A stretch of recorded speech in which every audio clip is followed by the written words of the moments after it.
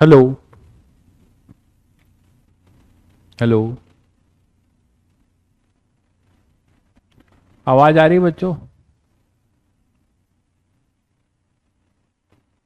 Hello. Good evening सभी बच्चों को।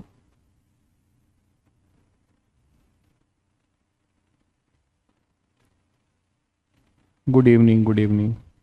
आवाज आ रही भाई सभी को? दिखाई दे रहा है प्रॉपरली?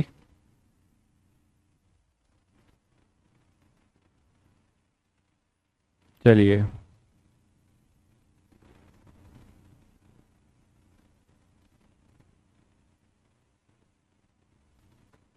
ठीक है, चलिए। तो लास्ट टर्न पे आपको मैंने कुछ होमवर्क दिया था, आपने निपटाया होगा उसको। जैसे ये क्वेश्चन सभी ने निपटा लिया। ये क्वेश्चन सभी ने कर लिया था। गुड इवनिंग, गुड इवनिंग सभी बच्चों को, गुड इवनिंग। चलिए। इसको सभी ने कर लिया था। इसको सभी ने कर लिया था क्या? अच्छा, ये नहीं दिया था। चलिए अभी कर लेते हैं। दिया था आई थिंक, कल वाले में दिया था। A cyclist travel from centre O. पढ़िएगा क्वेश्चन ध्यान से, सब लोग ट्राई करिए। A cyclist travel from centre O of a circular park of radius 1 kilometre and reaches point P. एक साइक्लिस्ट है, वो यहां से अपना मोशन स्टार्ट करता है ना, ये इसका इनिशियल पोजीशन है, और वो ऐसे चलता है और ऐसे जाकर फिर ऐसे जाता है, एक क्वार्टर सर्कल में मूव करता है। ठीक है, क्वार्टर सर्कल में ये मूव करता है। After cycling 1/4 of the circumference along PQ ही return to the centre of the park. तो साइकिलिंग करने के बाद फिर से ये सेंटर ऑफ द पार्क पे आ जाता है। इसको टोटल टाइम लगता है 10 मिनट्स का। तो आपको ये तीन चीजें बतानी है। नेट डिस्प्लेसमेंट, बहुत आसान क्वेश्चन है। ठीक है, ठीक है। आपको बताना है नेट डिस्प्लेसमेंट। नेट डिस्प्लेसमेंट बताएंगे क्या होगा, सभी बच्चों को पता है, जीरो होगा, क्योंकि जहां से चला ये वहीं पर आ गया। तो इसमें आप बोल सकते हैं कि initial position is same as final position, है ना। तो डिस्प्लेसमेंट क्या हो जाएगा इसका, जीरो हो जाएगा।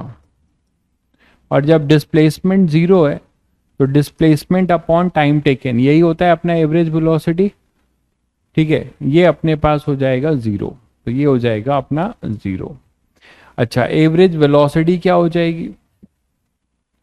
एवरेज वेलोसिटी क्या हो जाएगी भाई, जब नेट डिस्प्लेसमेंट जीरो है? बहुत ही बेसिक क्वेश्चन है, शायद सभी बच्चे कर चुके हैं। तो एवरेज वेलोसिटी क्या बताया गया था, वी एवरेज क्या बताया गया था तुम्हें? Total displacement upon total time taking. तो ये आई थिंक इसको लिखने की कोई जरूरत नहीं है, मैं डायरेक्ट लिख रहा हूँ जीरो। ये सभी को क्लियर है ना। वो एवरेज स्पीड की बात करिए। एवरेज स्पीड बताओ तुम लोग, है ना। एवरेज स्पीड मतलब mod we. Mod V average क्या होगा, जल्दी बताओ। 55,552 किलोमीटर, बाप रे, 552 किलोमीटर पर आवर। क्या बात है। कौन सा साइकिलिस्ट है यारो? पूर्णिम, एक कैसा साइकिलिस्ट लेके आए हो? अगर साइकिल जो है 512 किलोमीटर पर आवर की स्पीड से चलने लगेगी, क्या मजा आ जाएगा यार। बुलेट ट्रेन को पीछे छोड़ रहे हो मेरे भाई, क्या बात है। 552 किलोमीटर पर आवर साइकिलिस्ट की एवरेज स्पीड है, वाह वाह। 2000 किलोमीटर, मजे ले रहे हो हैं। ध्यान से कैलकुलेट करो। टोटल डिस्टेंस निकालना है, तो यहां से कहानी शुरू हुई थी। ओपी डिस्टेंस हो गया 1 kilometre, P Q plus Q O. तो टोटल डिस्टेंस आप पहले निकाल लीजिए इसके लिए। टोटल डिस्टेंस, टोटल डिस्टेंस अपने पास जो होगा वो होगा OP plus P Q plus Q O, और क्यू ओ और ओ पी 1 किलोमीटर है तो वो 2 किलोमीटर हो गया। ये पी क्यू कितना होगा, सभी बच्चों को पता है आर्क लेंथ का formula L equal to R theta. Arc length का फॉर्मूला सभी बच्चों को पता है L equal to R theta. तो आर यहाँ पर 1 किलोमीटर है, थीटा रेडियन में है, थीटा रेडियन में कितना होगा π/2। 90 डिग्री नहीं लिखेंगे, रेडियन में π/2 लिखेंगे। तो ये हो जाएगा पी क्यू अपने पास हो जाएगा कितना, π/2 इंटू 1। ये हो जाएगी length of P Q, L P Q. तो एल पी क्यू भी मिल गया, तो आप लिखेंगे 2 1 + 1 2 plus L P Q, it is π/2, और ये टोटल किलोमीटर में होगा। तो अब आप स्पीड निकालना चाह रहे हैं तो 2 + π/2। इतना सिंपल क्वेश्चन भी 1-2 बच्चों ने ही केवल लगता है सही किया है, ठीक है। तो यहां पर अपने पास क्या हो जाएगा, 2 + π/2, 2 + π/2 अपॉन में टाइम क्या हो जाएगा, P से Q जाने का समय क्या होगा बताओ। P से Q जाने का समय आपको दिया हुआ है, if the total time taken is 10 minute. ये ध्यान देखिए, टोटल टाइम टेकन दिया हुआ है, but total time taken upon total distance upon total time. तो टोटल टाइम में थोड़ा सा ध्यान रखना होगा, वो बच्चों ने नहीं किया होगा। ये मिनट में है, इसको आवर में चेंज करना है, तो 10/60 करना होगा, ये आवर में करना होगा क्योंकि वो किलोमीटर में है, ठीक है। तो यहां पर अपने पास 1/6 हो जाएगा, 6 ऊपर कर दो, तो 6 ऊपर कर दिया और 2 कॉमन ले लिया, ठीक है। ये 6 ऊपर कर दिया और 2 कॉमन ले लिया, या जैसा करना चाहो 2 एलसीएम ले लो, जैसा करना चाहो। तो 6 और 2 4 + π, तो कितना हो जाएगा 3π + 4। यही क्या होगा तुम लोगों ने, पाई की वैल्यू रखना चाहते हो पाई की वैल्यू रख दो। हाँ, डिस्टेंस मीटर में करके भी कर सकते हो, तो फिर इसको सेकंड में करना पड़ेगा, तब इसको आपको सेकंड में करना पड़ेगा, आपके ऊपर है। मेरे अकॉर्डिंग जो मैंने किया है ये किलोमीटर पर आवर में आएगा, आप करोगे तो मीटर पर सेकंड कर लेना, ठीक है। अगर डिस्टेंस मीटर में करोगे तो टाइम को भी आपको सेकंड में करना पड़ेगा। क्लियर है सभी बच्चों को।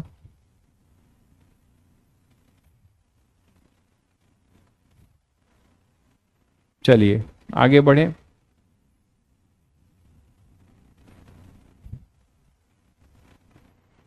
ये क्वेश्चन किया था सभी ने, आई थिंक ये भी दिया था। A point transfers half the distance with velocity v0, ठीक है। द रिमेनिंग पार्ट, क्वेश्चन को बहुत ध्यान से पढ़ना चाहिए। A point transfers half the distance with velocity v0, the remaining part of the distance was covered with velocity v1 for half time and with velocity v2 for other half time. मतलब कितने stage में motion हो रहा है, देखिए एक आपके पास ऐसा मोशन हो रहा है, स्ट्रेट लाइन मोशन ही है। अब बोला जा रहा है कि point transverse half the distance, ये जो टोटल डिस्टेंस है, इस टोटल डिस्टेंस का मान लीजिए टोटल डिस्टेंस अपना 2d है, तो इतना d पार्ट ये कवर करता है कैसे, विथ वेलोसिटी v0। देखिए विथ वेलोसिटी v0 से कवर करता है। फिर remaining part of the distance, तो रिमेनिंग पार्ट मतलब रिमेनिंग आधा पार्ट, ये कैसे कवर करता है, remaining part of the distance covered with velocity v1 for half the time. इसको समझिए, मतलब यहां से यहां का जो भी टाइम इंटरवल होगा उसमें से आधा टाइम में वो कैसे मूव करता है, v1 से, ठीक है। आधा टाइम, ये टोटल टाइम है, तो इस टोटल टाइम का t/2, मान लो ये टोटल टाइम जर्नी का t2 है, तो इतना जो है t2/2 ये v1 से मूव करता है, और फिर t2/2 v2 से मूव करता है। इतना फिर से जो टाइम इंटरवल है ये है अपना t2/2। तो इस t2 का आधा इधर v1 से मूव करता है और आधा टाइम में v2 से मूव करता है, ठीक है। अब आपको बताना है मीन वेलोसिटी कहां से कहां, of the point average over the whole time of motion. मतलब ये यहां से शुरू हुआ t = 0 से और ये यहां तक जाएगा, तो पूरे जर्नी में एवरेज स्पीड बताना है, ठीक है। तो अब देखिए क्या होगा कि यहां से V नॉट से यहां तक गया। याद है हम लोगों ने कल 2 केस किया था, मैंने कहा था अगर आपको रिजल्ट याद होगा तो ये क्वेश्चन आपके लिए ऑब्जेक्टिव हो जाएगा, है ना। मैंने क्या बताया था, 2 केस कहा था कि अगर पार्टिकल V1 V2 वेलोसिटी से इक्वल इंटरवल ऑफ टाइम में ट्रेवल करे, है ना, तो हम लोग ने क्या निकाला था, उसका V एवरेज क्या होता है, V1 प्लस V2/2। ठीक है, हाँ कल वाला क्वेश्चन नहीं हुआ था, कर लेंगे, ठीक है, क्यूब वाला, ठीक है। तो यहां पर अपने पास V1 प्लस V2/2 याद आ रहा है सभी बच्चों को। तो इसका तो आप डायरेक्ट रिजल्ट लिख सकते हो कि नहीं, जो कल हम लोगों ने किया था। अगर मैं मोशन को बोलूं कि ये मोशन है A से B और ये B से C, तो और ये D, तो B से D और D से C वाले के लिए आप डायरेक्ट एवरेज वेलोसिटी लिख सकते हो। बोलो, ये वही केस तो है, इक्वल इंटरवल ऑफ टाइम में V1 V2 से, तो इसकी एवरेज क्या हो जाएगी, V1 प्लस V2/2। ये आपको फायदा होता है थोड़ा रिजल्ट याद रखने का। नहीं भी याद रहेगा तो चलेगा, आप पहले इनका निकाल लो फिर इनका निकाल लेना, दोनों भी कर सकते हो।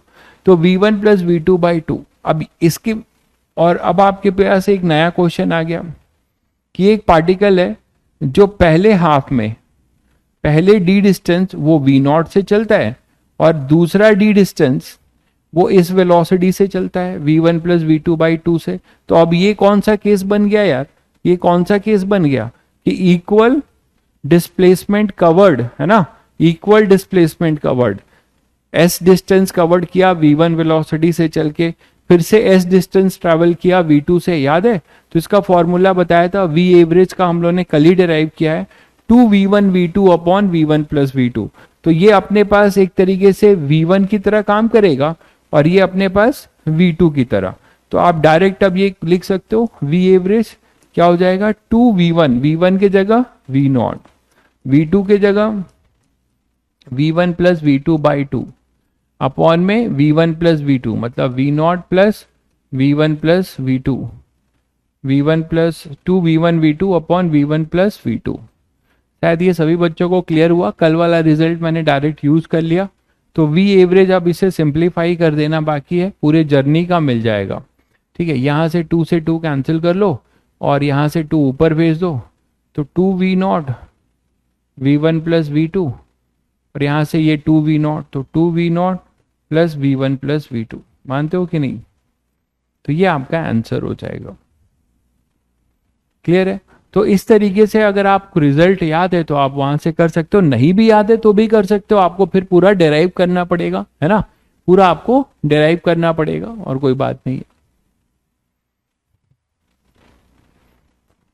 तो कभी कभी मैंने कहा था रिजल्ट याद रखने से कुछ चीजें आसान सी हो जाती है।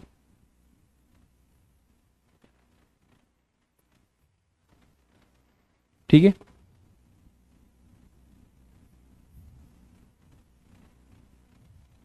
नेक्स्ट क्वेश्चन ये था एक,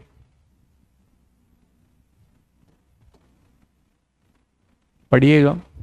ए man walks on a straight road from his home to market 2.5 kilometre away. Man जो है अपने घर से कहाँ जाता है, मार्केट को, 2.5 kilometre away with a speed of 5 kilometre per our, 5 kilometre per our से चलता है। ठीक है, finding market close he instantly turns and walk back home with a speed of 7.5। Returning में वो इस स्पीड से चलता है। तो what is the magnitude of average velocity. तो मैग्नीट्यूड ऑफ एवरेज वेलोसिटी बताना है और आपको बताना है average speed of the man over the interval of time. ये इन इंटरवल में बताना है ये दोनों बातें, ये दोनों बातें 0 से 30 मिनट में, 0 से 50 मिनट में और 0 से 40 मिनट में आपको बताना है। ठीक है,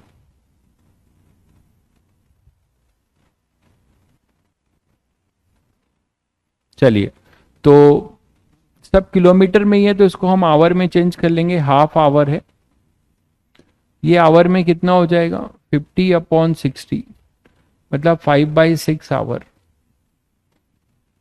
और ये अपना हो जाएगा 40/60, मतलब 2/3 आवर। तो इस इंटरवल में आपको ये सब बताना है। क्या करेंगे, ठीक है, तो a man walks on a straight road from his home to a market 2.5 kilometre away with a speed of 5 kilometre per hour. तो पहले जो है मार्केट से और आपके होम की डिस्टेंस तो पता नहीं हमें, ये अपना होम है इसका और ये मान लो मार्केट है, यही है ना। तो बोलता है कि straight away from his home 2.5 kilometre away, तो यहां से दिया हुआ है 2.5 किलोमीटर अवे और ये यहां से चलना शुरू करता है। किस स्पीड से चलता है? 5 किलोमीटर पर आवर से। ठीक है, तो अब पहले तो ये देखना होगा यार कि आपसे जो पूछा जा रहा है कि ये हाफ आवर पहले इंटरवल में ये कहाँ पे लोकेटेड है, कहीं ऐसा तो नहीं कि ये यहां से गया और यहां से चला आया। तो देखें कि इसको होम से मार्केट जाने में क्या समय लगता है ना, ए से बी के लिए। तो T from market to home क्या समय लगेगा?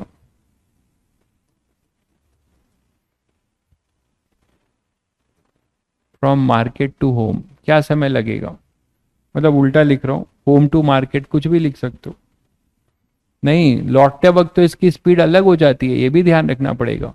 लौटते वक्त इसकी स्पीड अलग हो जाती है भाई, ये थोड़ा जल्दी जाना चाहता है तो अपनी स्पीड बढ़ा देता है।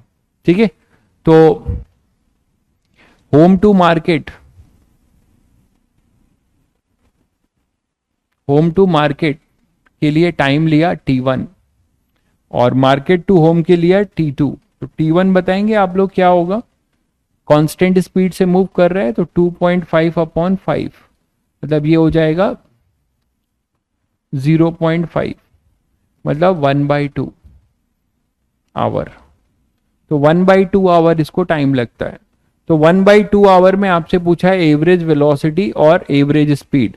तो आप समझ रहे हैं कि 1/2 टाइम में जो आप लोग को बताया था कि 1/2 टाइम में जब ये यहां से यहां पर आएगा तो ये constant straight line path follow करेगा, इसका डिस्टेंस और डिस्प्लेसमेंट सेम है, इसका डिस्टेंस और डिस्प्लेसमेंट सेम है। तो फर्स्ट पार्ट के लिए आप आंसर देने वाले हो और 0 to 30 मिनट के लिए आंसर देने वाले हो कि डिस्टेंस और डिस्प्लेसमेंट सेम होगा तो एवरेज वेलोसिटी और एवरेज स्पीड भी अपना सेम होगा। तो फर्स्ट पार्ट मतलब 0 to 30 मिनट, इसके लिए आप बोलने वाले हो कि average speed is equal to average velocity. उसका रीजन आप समझते हो, क्योंकि ये यहां पर मिलेगा और वो होगा कितना? 2.5 इसका डिस्टेंस या डिस्प्लेसमेंट होगा अपॉन में टाइम, टाइम है 1/2, टाइम है अपना 1/2। ठीक है, तो एवरेज स्पीड अपने पास कितना आ जाएगा? वही आ जाएगा, कांस्टेंट से चल रहा है तो 5 किलोमीटर पर आवर ही आ जाएगा। ठीक है, तो ये कांस्टेंट स्पीड से चल रहा है 5 किलोमीटर पर आवर से, तो एवरेज स्पीड और एवरेज वेलोसिटी आपका इस इंटरवल में सेम होगा। ये क्लियर है सभी को? अच्छा, एक चीज आप लोग बताइए कि अगर कोई भी क्वांटिटी अगर कांस्टेंट रहती है तो उसके इंटरवल में उसका एवरेज या इंस्टेंटेनियस वैल्यू सेम लिया जाता है। ठीक है, चलिए 0 to 50 में आप समझ रहे हैं क्या होगा यार कि 0 to 50 मतलब 5/6 आवर।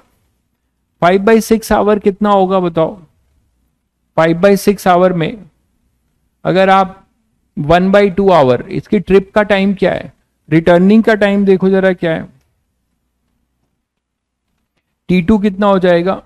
T2 अपना है मार्केट टू होम का,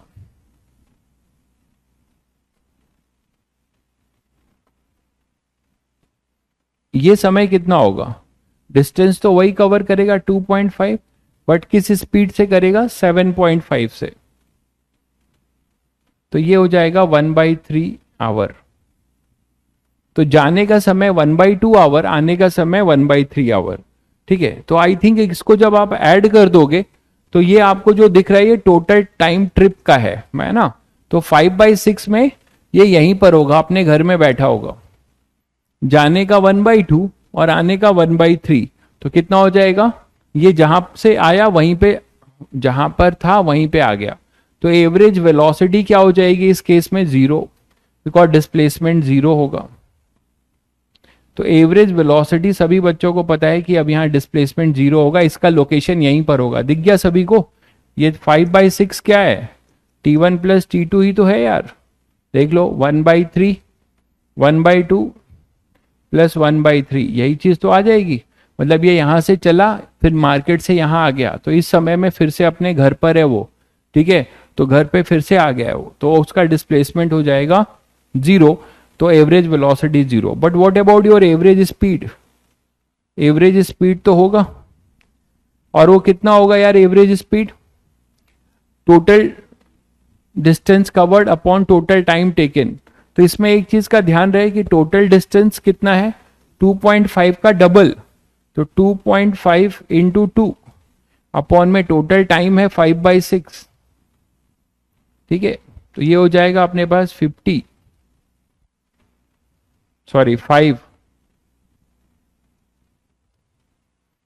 अपॉन 5 इंटू 6, तो ये हो जाएगा 6 किलोमीटर पर आवर। तो एवरेज स्पीड आ जाएगा 6 किलोमीटर, ठीक है, एवरेज किलोमीटर आ जाएगा, एवरेज स्पीड आ जाएगा 6 किलोमीटर पर आवर, ठीक है। अब 0 to 40 मिनट्स की बात कर रहा है ये। 2/3 1/3 से तो 1/2 से तो बड़ा है ना, 1/3 से बड़ा है, 1/2 से बड़ा है। और फिर ये कहां पर होगा? 5/6 में, जो ये 5/6 में तो अपने घर पर होता है। 2/3 में कहां पर होगा? 2/3 टाइम में कहां पर होगा? निकाल लो। 1/2 तो यहां हो गया, बचा हुआ टाइम कितना हुआ? 2/3 माइनस 1/3, 1/2, तो हो जाएगा 6, 4 माइनस 3,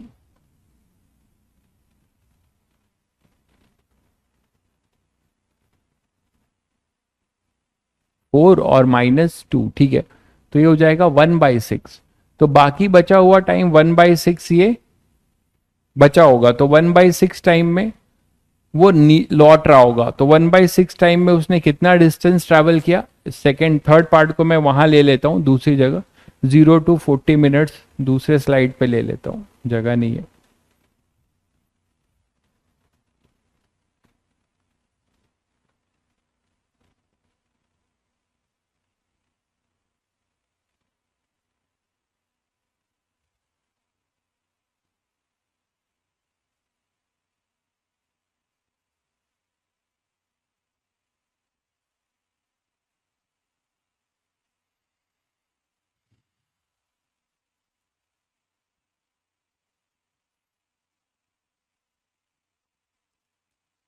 तो पार्टिकल यहां से शुरू किया, ठीक है, और आपको पता है कि ये यहां से टोटल टाइम अपना कितना आया था? 40 का मतलब 4/6, मतलब 2/3 आवर।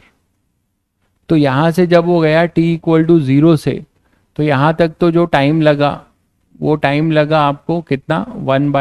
जाने का समय कितना था? जाने का समय था अपना T1, हाफ आवर,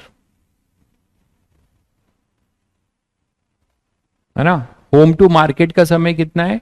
T1, 1/2, तो 1/2 तक तो ये यहां पहुंच गया, 1/2 आवर तक यहां पहुंच गया। अब ये यहां से फिर लौटेगा, तो ये 2/3 आवर है। तो बाकी बचा हुआ समय कितना हुआ यार? 2/3 माइनस 1/2, दैट इज 6, ठीक है। तो कितना हो जाएगा? 4 माइनस 3, 1/6।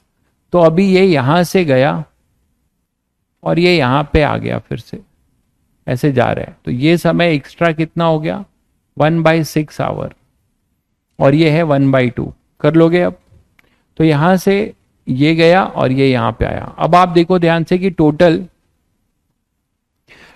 अपना जो है, यहां से ये मार्केट है, तो यहां से मार्केट जाने का समय आधा, हाफ एंड आवर, जबकि इसको टोटल टाइम कितना है इसके पास है? 2/3 आवर। तो बाकी टाइम में लौट रहा होगा, तो कितना और टाइम लगा? 1/6 आवर यहां।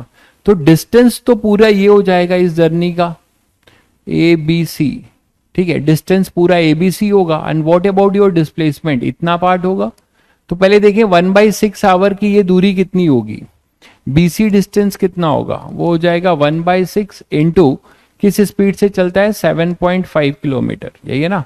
तो 7.5 किलोमीटर मतलब 75/60। तो इसको आप और क्या लिख सकते हो, 5/4।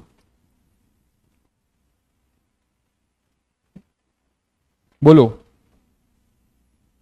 15 से कट कर दिया तो 5/4 किलोमीटर। तो ये है 5/4 किलोमीटर। इतना डिस्टेंस ये 1/6 आवर में कितना डिस्टेंस ट्रैवल कर लेता है रिटर्निंग में, 5/4 किलोमीटर। और ये टोटल किलोमीटर कितना था, 2.5 किलोमीटर। ये कितना था, 2.5 किलोमीटर। तो बचा हुआ कितना हुआ यार, एसी डिस्टेंस कितना हुआ, एसी अपना डिस्प्लेसमेंट हो जाएगा इसके लिए। और एसी जो डिस्प्लेसमेंट होगा वो कितना हो जाएगा, 2.5 में वहां किसको माइनस कर दोगे, 5/4 को। तो ये हो जाएगा अपने पास कितना, 100, मतलब 10 - 5/4 है ना। ये 100 है, मतलब 10 - 5/4 कितना हो जाएगा, 5/4। तो ये 5/4 डिस्प्ले दोनों बराबर आ रहे हैं, 5/4 5/4। अच्छा, आधे पे आ चुका होगा इसका मतलब, है ना। ये आधे पे आ चुका होगा, यही ना, बिल्कुल। तो आधे पे आ चुका होगा, ये 1.25 होगा बिल्कुल। तो बस अब आप स्पीड निकाल लो। तो एवरेज वेलोसिटी क्या हो जाएगी, एवरेज वेलोसिटी इस केस में जो है वो हो जाएगी कितनी, डिस्प्लेसमेंट 1.25 अपॉन में टोटल टाइम। टोटल टाइम आपके पास कितना दिया था, 2/3 आवर्स। तो 2 3 ऊपर कर दो, तो 1.5 इंटू 1.25, ये आप कर लीजिए, देख लीजिए क्या आ रहा है, ठीक है। ये हो जाएगा एवरेज वेलोसिटी। एवरेज स्पीड क्या होगा भाई, एवरेज स्पीड के लिए आपको टोटल डिस्टेंस निकालना होगा।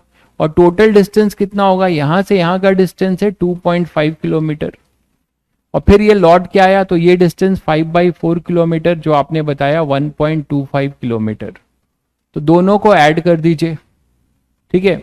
तो दोनों को ऐड कर देंगे तो 2 और +1 3, ठीक है। तो कितना हो जाएगा, 3.75।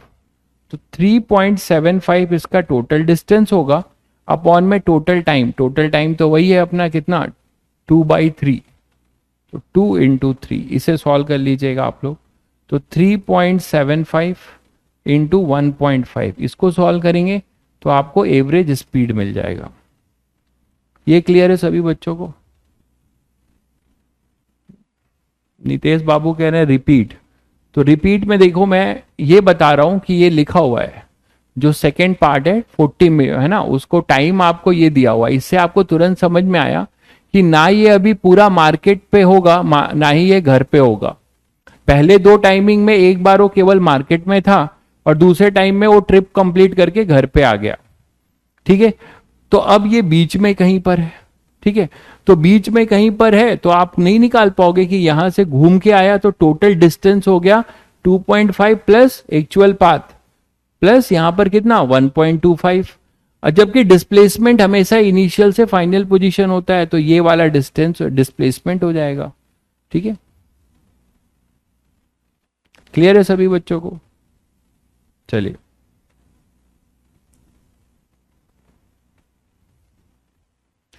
नेक्स्ट क्वेश्चन देखिए।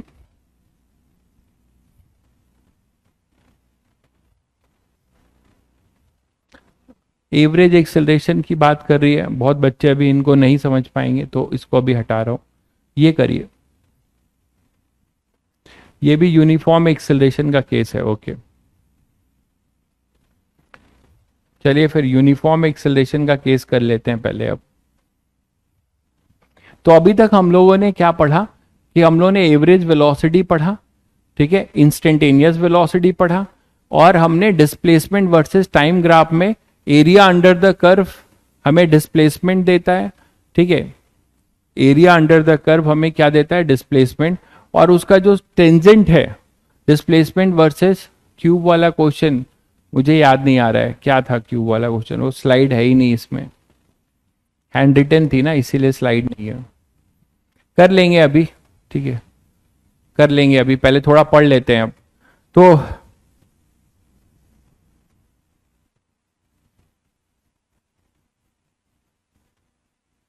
30 मिनट के राउंड कि एक राउंड तो 15 मिनट, 50 मिनट, 2 राउंड कैसे हो गया? 50 मिनट में 2 राउंड कहाँ ले रहा है?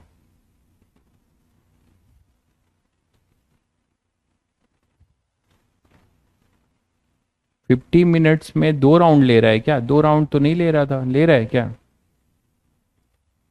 अच्छा, क्यों नहीं ले सकता यार? अरे मेरे भाई, जो पूछ रहा है उसको देखो, स्पीड अलग अलग है, स्पीड अलग अलग है, जाने की स्पीड अलग है और आने की स्पीड अलग है, तो क्यों नहीं ले सकता है? समझ गए? जाने की स्पीड अलग है, कम स्पीड से जा रहा है, और आने की स्पीड आपका जो है, आने की स्पीड क्या है?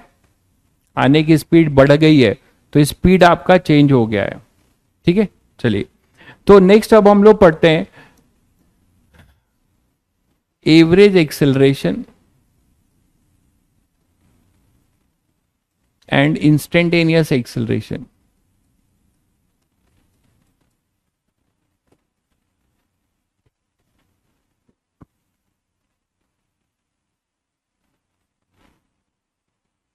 जैसे हम लोगों ने एवरेज स्पीड पढ़ा था वैसे ही अब, और इंस्टेंटेनियस स्पीड पढ़ा था वैसे ही, अब हम क्या पढ़ेंगे?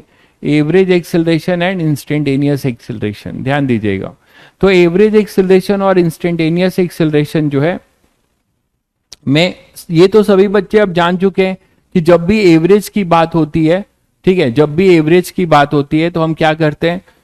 इंटरवल में उसे डिफाइन करते हैं। ठीक है, इंटरवल में डिफाइन करते हैं। और जब भी हमारा इंस्टेंटेनियस होता है, जब भी अपना इंस्टेंटेनियस होता है, तो किसी पर्टिकुलर पॉइंट ऑफ टाइम के लिए होता है, ये सभी को पता है। तो यहां पर जो एवरेज डिफाइन किया जाएगा, एवरेज एक्सेलरेशन, देखिए,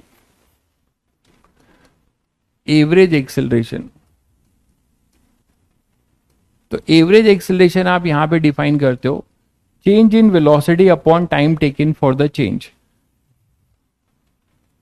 change in velocity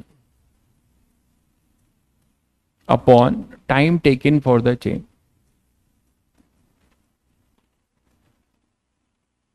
for the change, कितने टाइम में ये चेंज होता है, ये अपना एवरेज है। जैसे इसको आप मैथमेटिकली लिखोगे, वेक्टर वाइज अगर लिखना चाहते हैं, तो a average that is equal to delta V vector upon में डेल्टा टी, आप ऐसे वेक्टर ले लिख सकते हैं। और इसको और क्या लिख सकते हैं? ए एवरेज, हमेशा बताया चेंज क्या लिखते हो, final velocity vector minus initial velocity vector upon में इसको चेंज होने में जो समय लगा, तो ये अपना हो जाएगा average, that is our average. ये सभी को क्लियर है? अब इंस्टेंटेनियस क्या होता है? इंस्टेंटेनियस क्या बताया, इसी में इंटरवल को छोटा करते जाएंगे, है ना, इंटरवल को क्या करते जाएंगे? छोटा, और हम ट्राई मारेंगे कि इसको एक एग्जैक्ट पॉइंट ऑफ टाइम में एक्सेलरेशन निकालें। मैं ये नहीं बोल रहा हूं कि मुझे जो है 10 घंटे में क्या किसी ट्रेन का एवरेज एक्सेलरेशन था, 2 घंटे में, 2 मिनट में कितना था। मैं बोल रहा हूं कि 5:05 पर ट्रेन का एक्सेलरेशन क्या था, मतलब मैं एग्जैक्ट पॉइंट बता रहा हूं, समय बता रहा हूं। ठीक है, तो एग्जैक्ट जो समय बता रहा हूं, दैट इज आवर, क्या बोला जाएगा? That is our instantaneous. तो इंस्टेंटेनियस के लिए क्या कहते हो? इंस्टेंटेनियस को आप डिफाइन करते हो ऐसे, ए इंस्टेंटेनियस, है ना, वो क्या बोलते हो? It is define as DV by D T. अगर आप ऐसे लिखते हो वेक्टर वाइज, तो DV by D T. Magnitude wise लिखते हो तो आप वेक्टर हटा दीजिए, ये आएगा केवल डीवी बाई डी टी। अब यहां से ये समझ में आता है कि सर अभी जैसे ds बाई डी टी था, तो वो rate of change of displacement with respect to time था, तो वो इंस्टेंटेनियस वेलोसिटी था। ठीक उसी तरीके से rate of change of velocity with respect to time होगा, तो वो इंस्टेंटेनियस एक्सेलरेशन होगा। तो आप इसे क्या बोल सकते हो? It is rate of change of, rate of change of accel velocity, rate of change of velocity with respect to time। तो rate of change of velocity with respect to time, that is our instantaneous acceleration। ठीक है, ये अपना instantaneous acceleration होगा। ठीक है,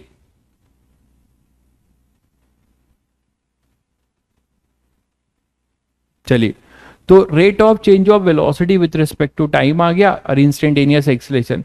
अब आप लोगों को क्या चमकना शुरू होना चाहिए, इसको देखकर क्या चमक रहा है आपको, कोई कोई बताएगा कि सर जैसे वहां पे v equal to D S by D T था, इसका मतलब ये किस ग्राफ का स्लोप है, इंस्टेंटेनियस एक्सीलरेशन आप किस ग्राफ से निकाल सकते हैं, किस ग्राफ के स्लोप से इंस्टेंटेनियस एक्सीलरेशन मिलेगा, जल्दी बताइए किस ग्राफ के स्लोप से। ये डीवी बाई डी टी से क्या पता चल रहा है कि सर अगर वेलोसिटी वर्सेस टाइम ग्राफ होगा तो उसका जो slope of the VT graph है ना, slope of the VT graph is our instantaneous slope of VT graph will give you the instantaneous acceleration. ठीक है, स्लोप ऑफ वीटी ग्राफ। तो यहां से आपको तुरंत चमकना शुरू हुआ दो चीज कि स्लोप ऑफ, ठीक है, ये सब आप ज्योमेट्रिकल मीनिंग पढ़ चुके हैं जिनको पता है। Slope of VT graph gives acceleration, जिस पॉइंट पे आप स्लोप निकालोगे उस पॉइंट का दे देगा, इंस्टेंट गिव्स एक्सेलरेशन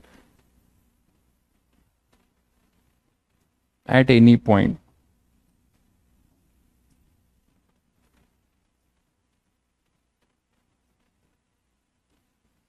ठीक है,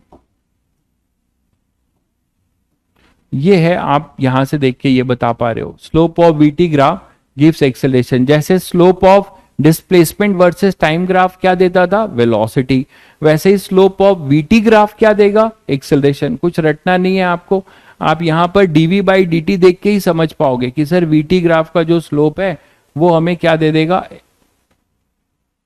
एक्सेलरेशन। जैसे मान लीजिए आपके पास ये ग्राफ है,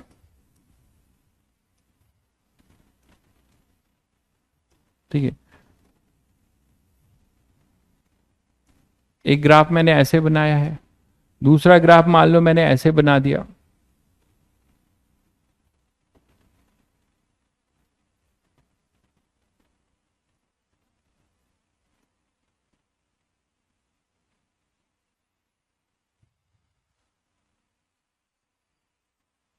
ठीक है, ऐसा बना दिया, और ये ग्राफ है अपना वीटी ग्राफ, ये है अपना VT graph, velocity versus time graph. ठीक है, अब मान लो यहां पे आपको मैं 30 डिग्री दे रहा हूं, ये वीटी ग्राफ है, ये भी वीटी ग्राफ है। इस वीटी ग्राफ में आपको कहीं पे टेंजेंट खींच के दे रहा हूं,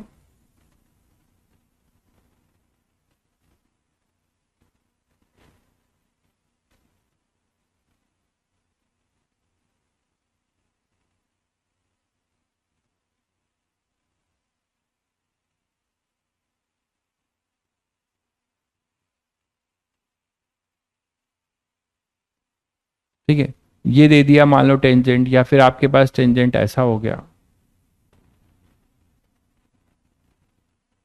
तो सब कुछ नया नहीं है, ये एनालिसिस हम लोग अभी डिस्प्लेसमेंट वर्सेस टाइम ग्राफ में भी कर चुके हैं। मैंने 3 टेंजेंट खींचा है 3 पॉइंट पे, ये पॉइंट मान लो जैसे ए है, ये पॉइंट है बी, ये पॉइंट है सी। तो इससे आप बहुत कुछ अंदाजा लगा सकते हो, है ना। क्या कर सकते हो, इसके लिए अगर आपसे पूछा जाए तो आप बताओगे कि इसमें वीटी ग्राफ ऐसा है तो इसका जो है एक्सेलरेशन कैसा होगा, इसका एक्सेलरेशन कैसा होगा, बताइए जल्दी।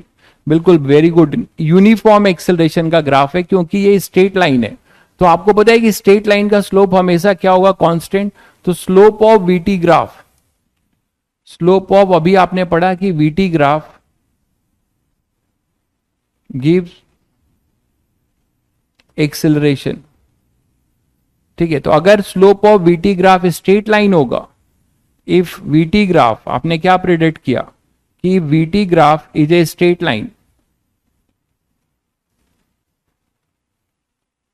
ठीक है, तो यूनिफॉर्म एक्सेलरेशन होगा, मानते हो कि नहीं।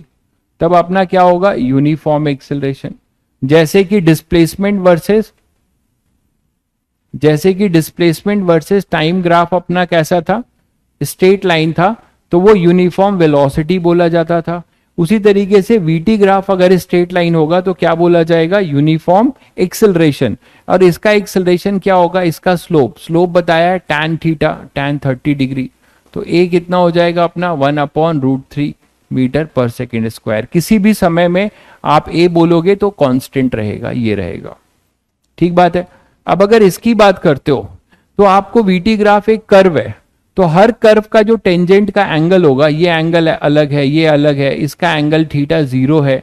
तो आपको क्या समझ में आता है कि at each and every moment if VT graph is a curve, then what we can say that the slope of the tangent drawn at any point on the curve will vary करेगा।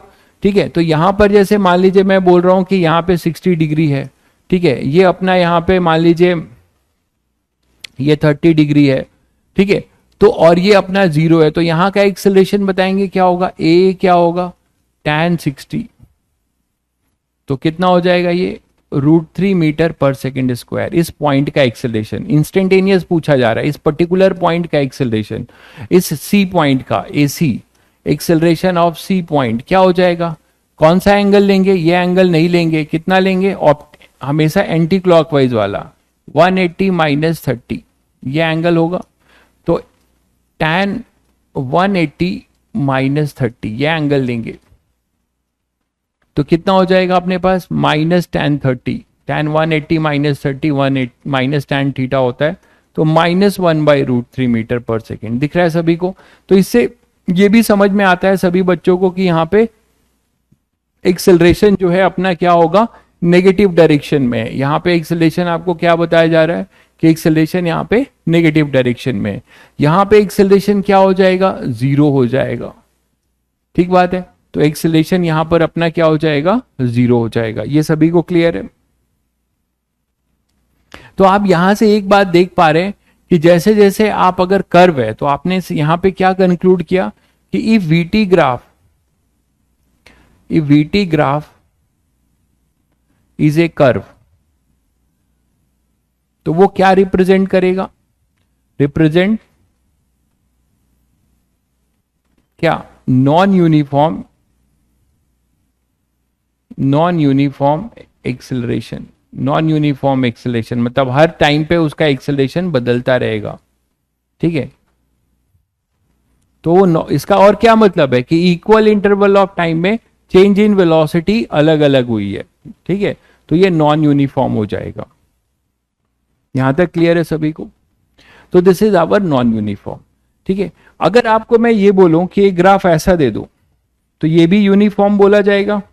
अगर 80 graph दे दूं, ये 80 graph दे दूं, तो आप समझते हो कि 80 ग्राफ अगर पैरेलल टू टाइम एक्सिस हो, स्ट्रेट लाइन नहीं भाई, 80 ग्राफ अगर क्या हो, केवल ऐसा हो, ऐसा, तो यहां पर जो भी ये A0 होगा ये कांस्टेंट रहेगा टाइम के साथ, तो ये भी यूनिफॉर्म होगा। बच्चे ये दिमाग में नहीं बैठाएंगे कि 80 ग्राफ भी स्ट्रेट लाइन होगा। अरे 80 ग्राफ अगर स्ट्रेट लाइन होगा, मान लो ऐसा हो गया, तो एक्सेलरेशन तो बढ़ रहा है ना टाइम के साथ, ये यूनिफॉर्म कहां रह गया। ठीक है,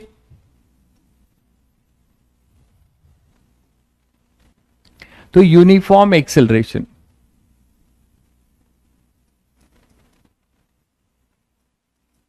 ये हो जाएगा यूनिफॉर्म एक्सेलरेशन 80 ग्राफ भी। तो ये सारी कहानी है अपनी यूनिफॉर्म और नॉन यूनिफॉर्म के लिए। ठीक है, ये देख लीजिए पहले।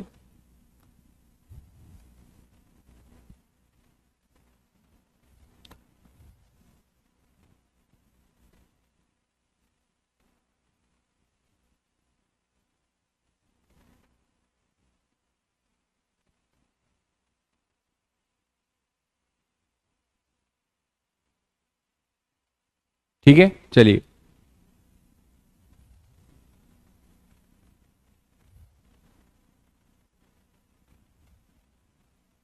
हाँ भाई, टेंजेंट कहीं भी ड्रॉप कर सकता है, और नेगेटिव पॉजिटिव एक कर्व है जो आप डाउट पूछ रहे हो, ऐसा है मान लो, और ये पॉइंट यहां पर है, तो इसका टेंजेंट ऐसे आएगा।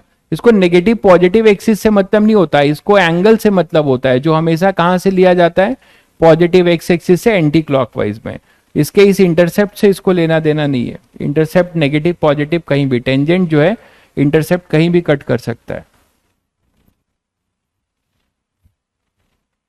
चलिए, तो अब एक स्पेशल केस करते हैं कि यूनिफॉर्म एक्सेलरेशन के लिए, केस ऑफ यूनिफॉर्म एक्सेलरेशन।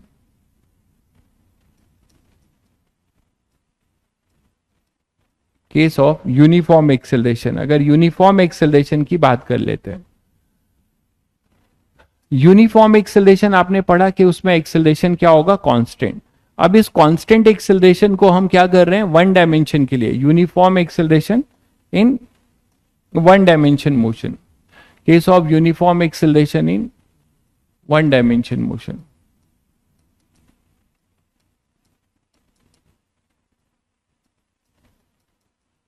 ठीक है, अभी मैं फिलहाल वन डायमेंशन ले रहा हूं, लेकिन इक्वली एप्लीकेबल है सभी के लिए, तो इसको हटा ही दे रहा हूं। ठीक है, इसमें आप क्या करते हैं, तीन काइनेमेटिक्स इक्वेशन यूज करते हैं, थ्री काइनेमेटिक्स इक्वेशन वैलिड होगा इसमें। क्यों वैलिड होगा, कैसे आएगा, वो देखते हैं। थ्री काइनेमेटिक्स इक्वेशन, बहुत बच्चों ने इसको पढ़ा भी होगा क्लास 9th में भी। तीन काइनेमेटिक्स इक्वेशन अपने पास कौन कौन से हैं भाई, बताइएगा सभी लोग। पहला इक्वेशन है अपना क्या, बिल्कुल एवरेज वेलोसिटी भी नेगेटिव हो सकता है। आयुष बाबू ये क्या पूछ रहे हो यार, ये सब तुमको नहीं पता कि डिस्प्लेसमेंट जो है पॉजिटिव है या नेगेटिव, कुछ भी हो सकता है। पढ़ाई नहीं कर रहे हो, लेक्चर रिवाइज करो यार। डिस्टेंस कभी भी नेगेटिव नहीं हो सकता, बट डिस्प्लेसमेंट पॉजिटिव भी हो सकता है, नेगेटिव भी। तो डिस्प्लेसमेंट अपॉन टाइम है, तो एवरेज वेलोसिटी पॉजिटिव भी हो सकती है, नेगेटिव भी हो सकती है। कल ग्राफ से इतना समझाया आपको, फिर भी आप पूछ रहे हो। थ्री काइनेमेटिक्स इक्वेशन, पहला है अपना v is equal to you plus A T, यहां माइनस भी होगा, उसको हम अलग से लेंगे। ठीक है, और दूसरा अपने पास है s is equal to U T plus half A T square, ये मैं मैग्नीट्यूड वाइज लिख रहा हूं। और थर्ड है अपना v square is equal to U square plus 2as। ये बहुत बच्चे पढ़ चुके होंगे। अब इसी को हम देखेंगे कि कैसे ये आया, इसमें कौन क्या बताता है, इसके बारे में मैंने भी पढ़ाया है। इन तीनों का ग्राफ नहीं बताऊंगा, इन तीनों का ग्राफ मैं नहीं बताऊंगा, क्योंकि बेसिक मैथमेटिक्स में जब मैं आपको लीनियर पैराबोलिक कर पढ़ा रहा था तो इनको ट्रेस करके सिखाया था। ठीक है, तो ये आपको मैंने ट्रेस करके सिखा दिया था। तो इसमें अब कौन क्या बताता है, ये भी बताया था। v बताता है velocity at any time, at any time t equal to T, मानते हैं। u क्या बताया गया था, कांस्टेंट होता है ये हमेशा, इनिशियल वेलोसिटी होता है, जब मोशन शुरू हो रहा होता है तब की वेलोसिटी। ठीक है, और a अपना क्या है, एक्सेलरेशन है। लेकिन ये भी बताया गया था कि ये एक्सेलरेशन हमेशा क्या रहेगा, कांस्टेंट रहेगा, यूनिफॉर्म होना चाहिए, नहीं तो आप ये फॉर्मूला नहीं लगा पाएंगे। यूनिफॉर्म होना चाहिए, दिस इज द कंडीशन। तो इसमें जो कंडीशन है कि this is valid for uniform acceleration, जहां पे एक्सेलरेशन आपको कांस्टेंट दिखे वहीं पे ये फॉर्मूला आप यूज कर पाएंगे, नहीं तो नहीं कर सकते। ऐसा क्यों बोल रहा हूं, अभी आपको मैं डिराइव करूंगा तो ये क्लियर होगा।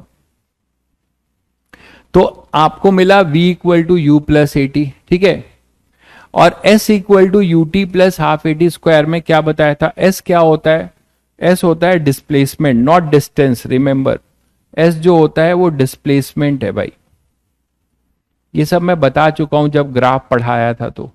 ठीक है, डिस्प्लेसमेंट ये किसका फंक्शन बताता है, टाइम का। ये वेलोसिटी टाइम का फंक्शन बता रहा है। ये किसका फंक्शन बता रहा है, velocity as a function of displacement का फंक्शन है। इन सब का ग्राफ आपने ड्रॉ किया था। पहले वाले का ग्राफ ऐसा आया था, याद करिए, वीटी ग्राफ, है ना। इस वाले में भी आपने ग्राफ ड्रॉ किया था। सेकेंड वाले के लिए ऐसा आया था, एसटी ग्राफ, तो मैं ये दोबारा से रिपीट नहीं करने जा रहा हूं। और थर्ड वाले के लिए भी आपने बनाया था।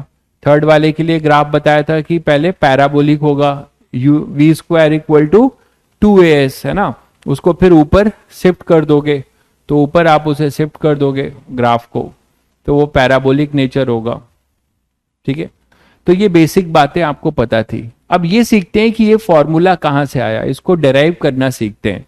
और डेरिवेशन इसलिए इंपॉर्टेंट है, ठीक है, नॉन यूनिफॉर्म का मतलब होता है जो आपको बताया कि उसका टाइम के साथ या डिस्टेंस के साथ उसकी वैल्यू चेंज होती जाए।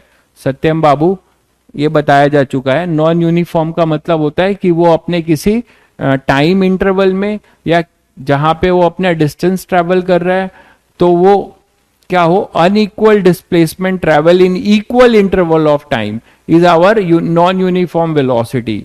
ठीक उसी तरीके से नॉन यूनिफॉर्म एक्सेलरेशन क्या होगा कि इक्वल इंटरवल ऑफ टाइम में the change in velocity unequal. ठीक है, the rate of change of velocity जो है आपका वो क्या रहेगा, हमेशा उसकी वेलोसिटी जो है हर टाइम में बदलती रहेगी।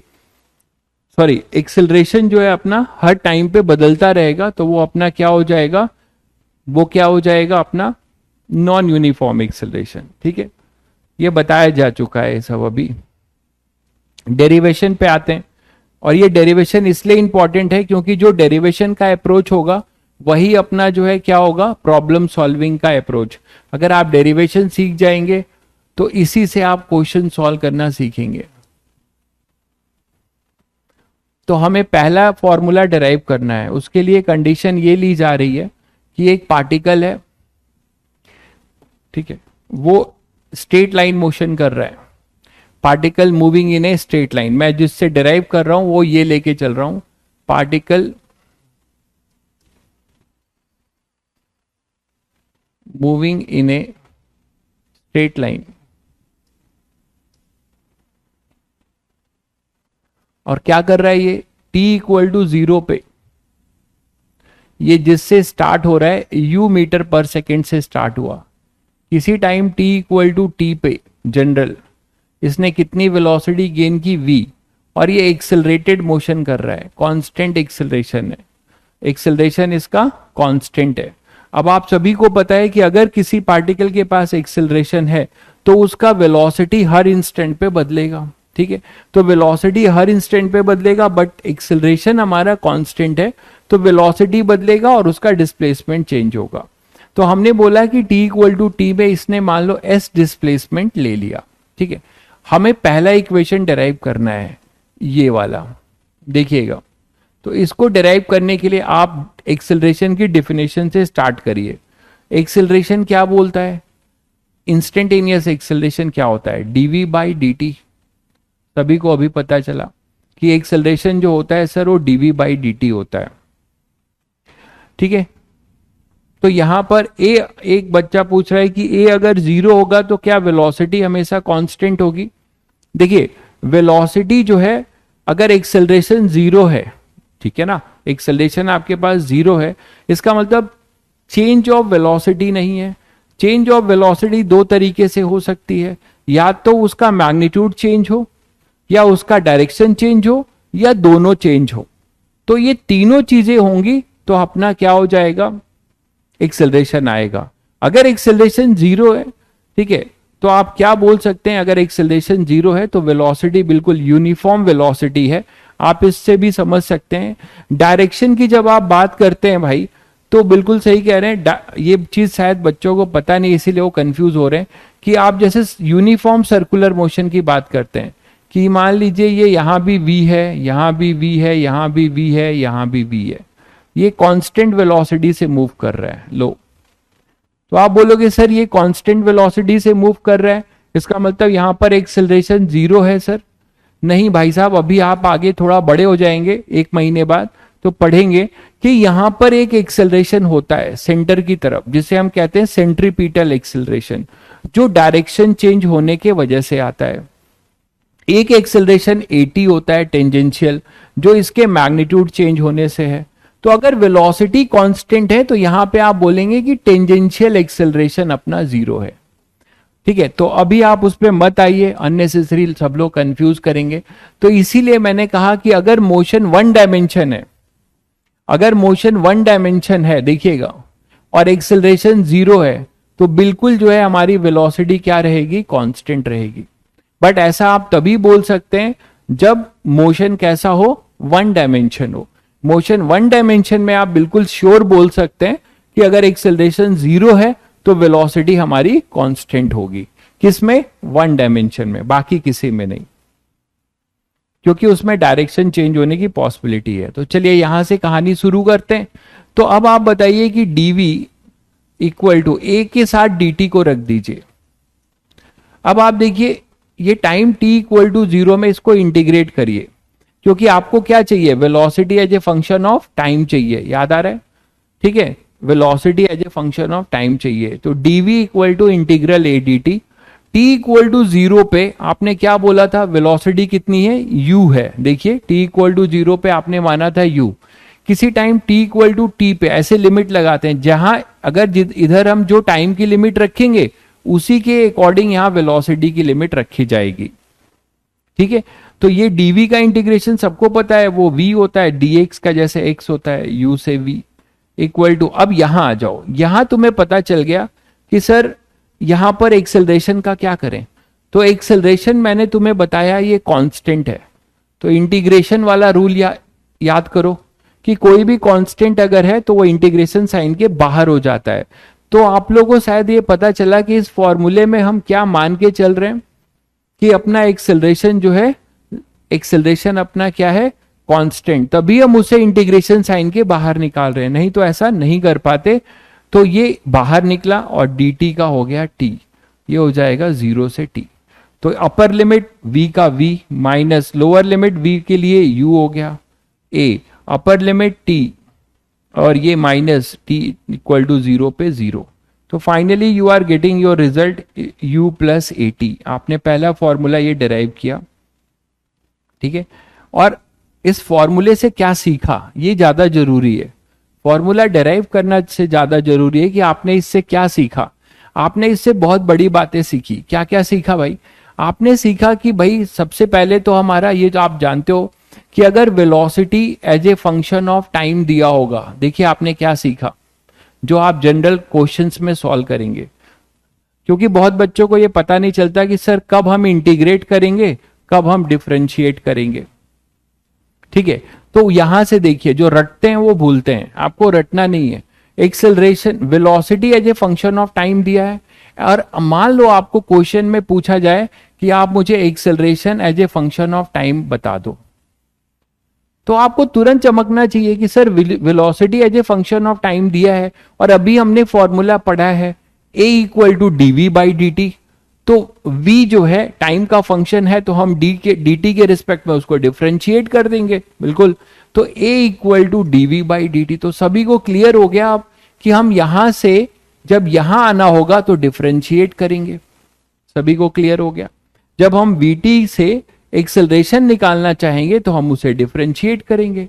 और अगर हम उल्टा करें जो अभी आपने किया यहां पर, देखिए वो अलग बात है कि यहां पर एक्सेलरेशन कांस्टेंट था तो आपने बाहर भेज दिया, लेकिन जनरल क्वेश्चंस जब आप करेंगे तो एक्सेलरेशन जो है टाइम का फंक्शन आपको दिया जाएगा, तो आप यहां से इंटीग्रेट करोगे तो आपको क्या मिलेगा, वेलोसिटी मिलेगा कि नहीं।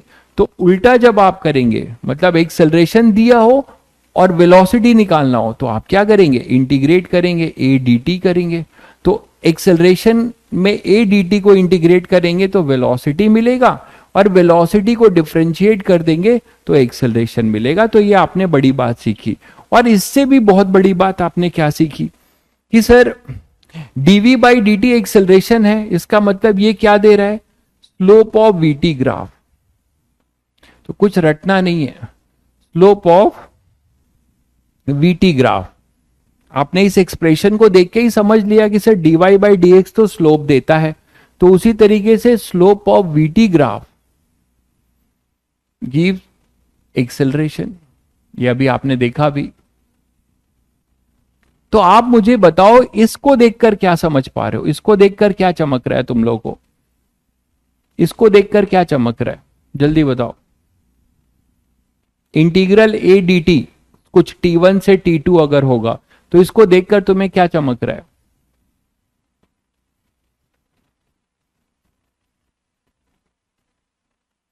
बिल्कुल एरिया। किसका area, area of which graph, area under curve तो है, बट ये किस ग्राफ का कर्व है, area under a versus t graph. आप a को इंटीग्रेट कर रहे हो ना, तो एरिया ऑफ at ग्राफ। तो आपने इससे देखा एक बड़ी बात, वो ये सीखा, ये सारे कॉन्सेप्ट हैं जो आपको काम आने वाले हैं तुरंत।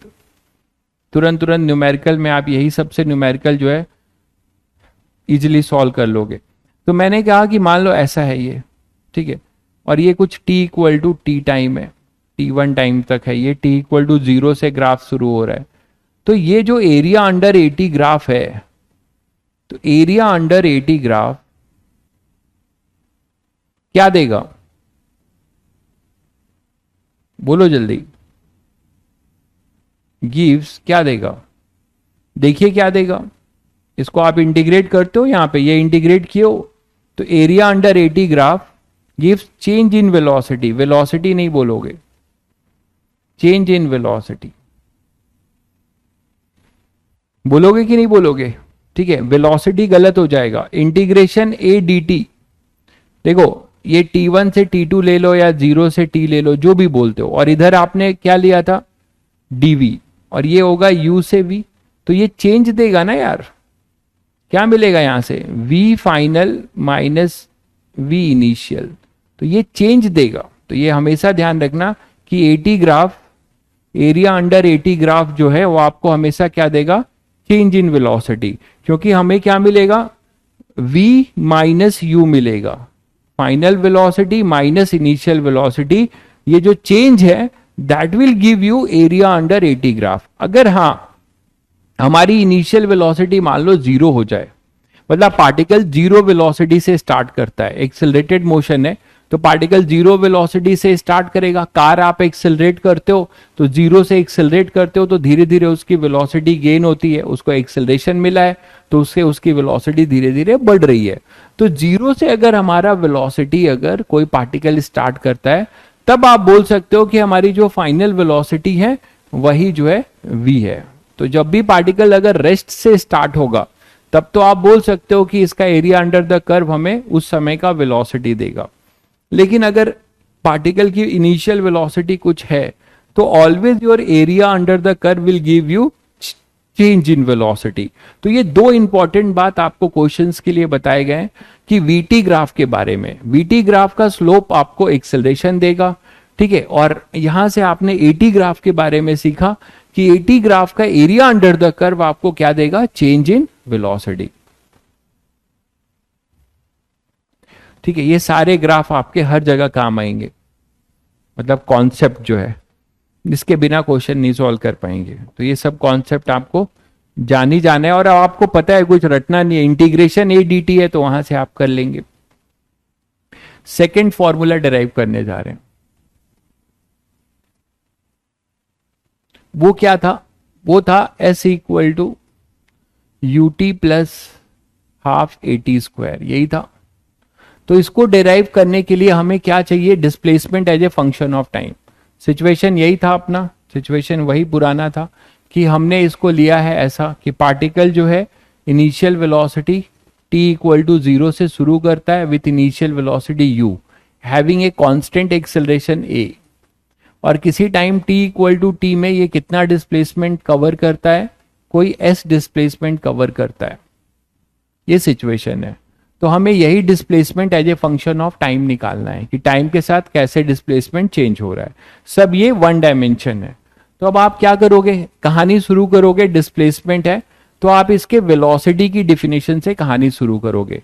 किसी जनरल टाइम में इसकी वेलोसिटी मान लो यहाँ पे v है किसी जनरल टाइम में, तो इंस्टेंटेनियस वेलोसिटी आपने सीखा है, कल भी सीखा था कि rate of change of displacement, ठीक है, क्लियर है सभी को। तो यहां से आपको क्या मिल जाएगा, v जो होगा ds बाई डी टी। अब देखिए भाई साहब बोल रहे हैं कि कल वाले ग्राफ में अगर हम vt ग्राफ का जो एरिया अंडर द कर्व निकालेंगे तो हमें चेंज इन डिस्प्लेसमेंट देगा। अरे मेरे भाई, चेंज इन पोजीशन वेक्टर देगा, डिस्प्लेसमेंट तो खुद ही चेंज होता है, वो final vector minus initial vector करते हो तो डिस्प्लेसमेंट आपको चेंज ही मिलता है। अब चेंज का चेंज क्या होता है, थोड़ा सोचा करो। तो v equal to D S by D T. अब आप क्या करोगे, v को dt को v के साथ रखो और इधर रखो ds। अब इसको इंटीग्रेट कर दो टाइम देखते हुए, t इक्वल टू 0 पे आपने यहां देखिए, यहां पे अब वेलोसिटी जो है किसका फंक्शन होना चाहिए, टाइम का, तभी आप इस इंटीग्रेशन को सॉल्व कर पाओगे। वेलोसिटी किसका फंक्शन होना चाहिए? टाइम का। आप बोलोगे जैसे वहां तो आपको बेनिफिट मिल गया, वहां एक्सिलरेशन था और एक्सिलरेशन कांस्टेंट था, तो आप इंटीग्रेशन साइन के बाहर ले गए। क्या आप इस वेलोसिटी को इंटीग्रेशन साइन के बाहर ले जा पाओगे? नहीं ले जा पाओगे, क्योंकि वेलोसिटी कांस्टेंट नहीं है, एक्सिलरेशन कांस्टेंट है। तो आप पहले क्या करोगे? Velocity as a function of time बनाओगे। कैसे बनाओगे? कोई बताएगा? इसको हम वेलोसिटी को as a function of time कैसे लिखेंगे? कोई बताएगा?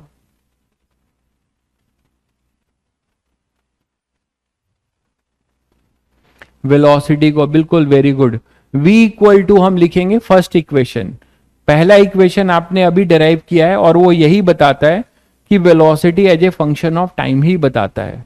v equal to you plus A t अभी अभी आपने डिराइव किया, जो आपको क्या बता रहा है? Velocity as a function of time, u और a तो कांस्टेंट रहता है, तो इसको लाके यहां पुट करिए, इसको लाके यहां पे पुट करिए। तो जब आप पुट करेंगे तो आपको मिलेगा u प्लस ए टी।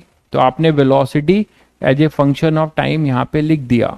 अब आप आसानी से इंटीग्रेट कर पाओगे। अब इंटीग्रेशन में लिमिट अच्छे से रखिए, t इक्वल टू 0 पे सुनिए ध्यान से, मैंने इसी को ओरिजिन माना है। जनरल क्वेश्चन में जरूरी नहीं है कि ऐसा होगा, ठीक है, जनरल क्वेश्चन में जरूरी नहीं है कि ऐसा होगा। इसी को मैं 0,0 मान रहा हूं, समझ गए होंगे फिर। तो ये ओरिजिन मैं मान रहा हूं। ऐसा भी हो सकता है कि जनरल क्वेश्चन में बोला जाए कि पार्टिकल t इक्वल टू 0 से 4 मीटर से शुरू करता है, तब आपको यहाँ पे t इक्वल टू 0 पे लोअर लिमिट 0 नहीं रखनी पड़ेगी, 4 मीटर रखनी पड़ेगी। तो वो आप क्वेश्चन पढ़ के देखेंगे। यहां मैंने 0 लिया है तो मैं यहाँ पे 0 लूंगा। और अगर मुझे फंक्शन बनाना होता है तो अपर लिमिट कुछ फिक्स वैल्यू नहीं रखते हैं, वेरिएबल रखते हैं, तभी फंक्शन आएगा। तो ये t पे s मान लिया। अब इसे हम इंटीग्रेट कर देंगे तो ds का तो s हो जाएगा, सभी को पता है, 0 से s। इसको भी इंटीग्रेट करना सबको आता है, अलग अलग करिए, u dt 0 to t plus a into T D T 0 to t, यही तो होगा भाई। इसका s हो जाएगा, u कांस्टेंट है इंटीग्रेशन साइन के बाहर, dt का t 0 से t। यहां अब a कांस्टेंट है, इसको बाहर ले लीजिए, और t dt का कितना होगा यार? t स्क्वायर बाई 2 0 से t। तो आपको क्या मिला? Upper limit t, lower limit तो 0 हो जाएगा, तो ut plus half A T square, ये मिल गया आपको। जो बच्चे स्कूल जाते हैं उनके लिए ये सब इंपॉर्टेंट है, क्योंकि उनके एग्जाम में ये सब प्रूफ भी पूछे जाते हैं। जो बच्चे स्कूल गोइंग है उनके लिए ये सब स्कूल में ये सब पूछे भी जाते हैं। Why not put v equal to S by T. कौन है यार ये? कौन है? राज, नाम तो सुना ही होगा, ऐसा कुछ लोग हैं। राज बाबू, मतलब क्यों अनर्थ किए पड़े हो यार? ये कैसे पुट कर सकते हैं मेरे भाई? इतना पढ़ा दिया कि ये कब लगाते हैं? जब हमारा वेलोसिटी कांस्टेंट होता है। ये तुम हम 9th क्लास नहीं भूल रहे हो। ये डिस्टेंस अपॉन टाइम नहीं लगा सकते, एक्सेलरेशन है तो एक्सेलरेशन है तो वेलोसिटी वेरिएबल है मेरे भाई। कैसे पढ़ाएं इतने टैलेंटेड लोगों को? ये v वेरिएबल है, v वेरिएबल है, आपने पढ़ा है। एक्सेलरेशन है तो v वेरिएबल है। जब v वेरिएबल है तो आप इसमें s डिस्प्लेसमेंट अपॉन टाइम नहीं लगा सकते। फिर आपको जो है ये यूज करना पड़ेगा, ये इक्वेशन से आप काम कर पाओगे। वो भी तब कर पाओगे जब एक्सेलरेशन कांस्टेंट होगा, ठीक है? नहीं भाई, दिल्ली के डमी स्कूल के बारे में हमें नहीं पता, ठीक है? तो ये आ जाएगा, ठीक है? तो आप समझ गए होगे राज बाबू की आप जो पूछ रहे थे वो बहुत महापाप सोच रहे थे, ठीक है?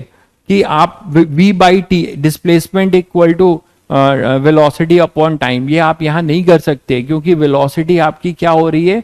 चेंज हो रही है, वो कांस्टेंट नहीं है, ठीक है? आप अच्छा देखिए, आप खुश हो जाएंगे। अभी देखिए आप कैसे खुश हो जाएंगे। अगर वेलोसिटी कांस्टेंट होगी, थोड़ा दिमाग लगाओ तो धीरे धीरे सब सीख जाओगे। ये एक्सेलरेशन अगर 0 हो जाए, आप जो पूछ रहे हो ना, आपको यहीं से जवाब मिल जाएगा। हालांकि हर सवाल का जवाब नहीं मिल सकता, लेकिन आपके सवाल का जवाब ये देने वाला है। आपने बोला कि ये कब होगा, जो आप बोल रहे हो जब एक्सेलरेशन जीरो हो जाए, तो ये पूरा टर्म जीरो हो जाएगा, तो एस इक्वल टू क्या आएगा यार, यूटी आएगा कि नहीं। तब आप देखिए, तो इसका मतलब यू पहले भी टी टाइम में भी ये यू था, जीरो में भी यू था, टी टाइम में भी यू है, इसका मतलब ये बदल नहीं रहा है, तब आप ऐसा लगा पाओगे, शायद समझ गए होंगे। ठीक है, यहां डिस्प्लेसमेंट भी वेरिएबल है, वेलोसिटी भी वेरिएबल है, तभी तो हम फंक्शंस निकाल रहे हैं। ठीक है, चलिए, तो अब आपने displacement as a function of time भी निकाल दिया। अच्छा, अब इससे आपने क्या सीखा भाई मेरे, इससे आपने क्या सीखा, अपने काम की चीज क्या सीखी। काम की चीज ये सीखी जो आगे के क्वेश्चंस में आप यूज करोगे कि सर अगर हमें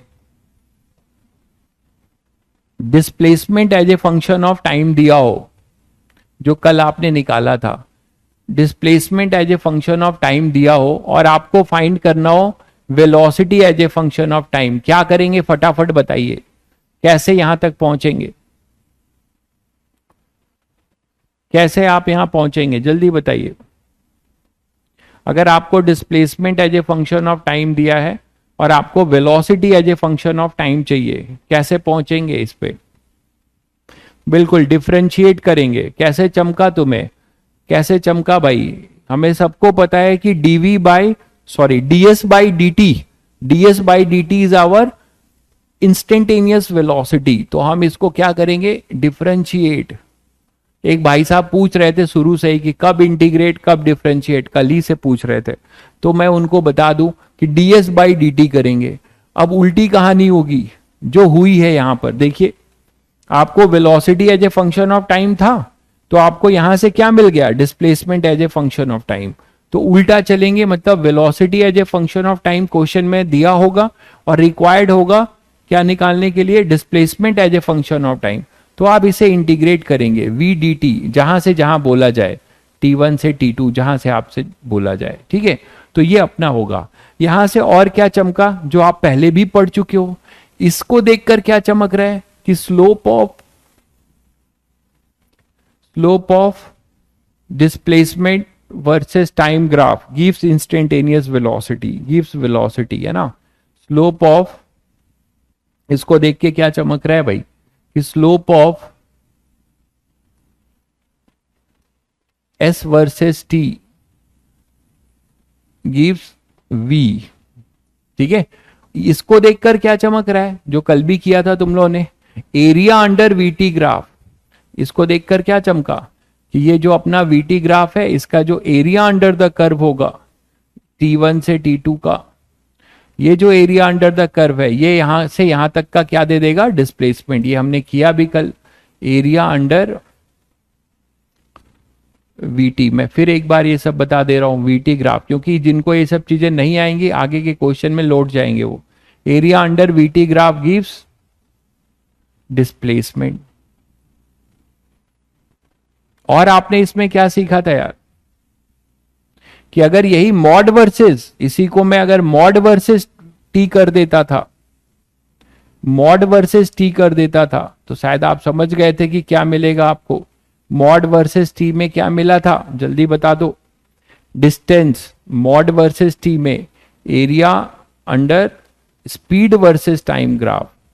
और कल आपने सीखा था कैसे वीटी को mod V versus T graph बनाते हैं, area under mod V versus T graph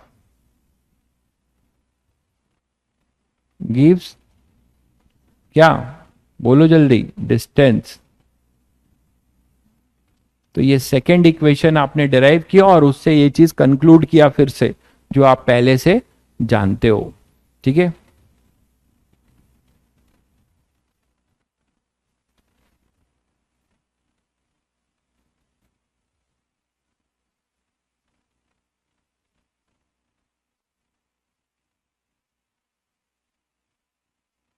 कुछ दिखाई नहीं दे रहा है,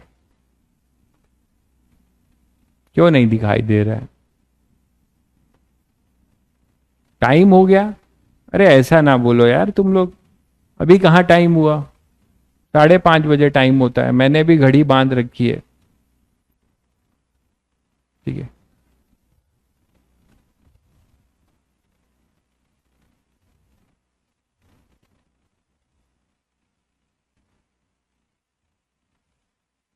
ठीक है, चलिए नेक्स्ट आगे बढ़ते हैं।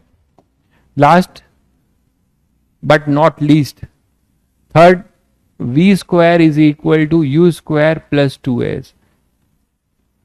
यहां माइनस भी आएगा, वो बताऊंगा कब आएगा, अभी मैं प्लस की बात कर रहा हूं। तो V square equal to U square plus 2as। तो V square equal to U square plus 2as, ये कैसे डिराइव करें? इसमें सबको पता है कि कौन किसका फंक्शन है, वेलोसिटी जो है डिस्प्लेसमेंट का फंक्शन है। तो इसको हम डिराइव देखो कैसे करते हैं। इसको लिखते हैं, एक्सेलरेशन को हमने अभी लिखा था dv बाई dt, ध्यान करो।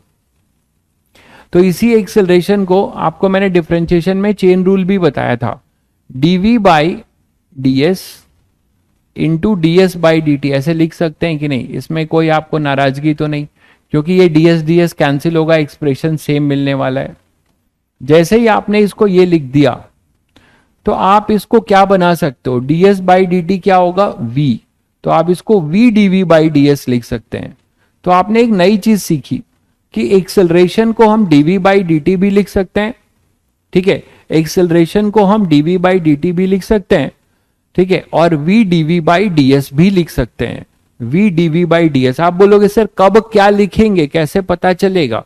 तो जब आपको टाइम का फंक्शन निकालना होगा तो आप dv बाई dt सोचिएगा, और जब आपको velocity as a function of displacement निकालना होगा, जब आपको कैसे चमकेगा, आपको ऐसे चमकेगा कि जब आपको एक्सेलरेशन जो है velocity as a function of displacement निकालना होगा, तब आप v dv बाई ds लगाइएगा, क्योंकि हम यही डिराइव करने जा रहे हैं। तो देखिए इसको मैं यहां पे लाता हूं, a के साथ ds को ले जाता हूं और इधर v dv, इसको इंटीग्रेट करता हूं। लिमिट सभी को पता है कि यहां पर जब वो था ओरिजिन पे तो s 0 था, तब इसकी वेलोसिटी u थी।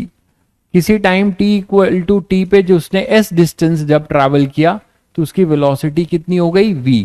तो आप क्या बोल सकते हैं, जब ये s 0 था तो इसकी इनिशियल वेलोसिटी u थी, जब ये s था तो इसकी वेलोसिटी v थी, और यहां एक्सेलरेशन कांस्टेंट है, ये आपको कभी भी दर्द नहीं देगा, ठीक है।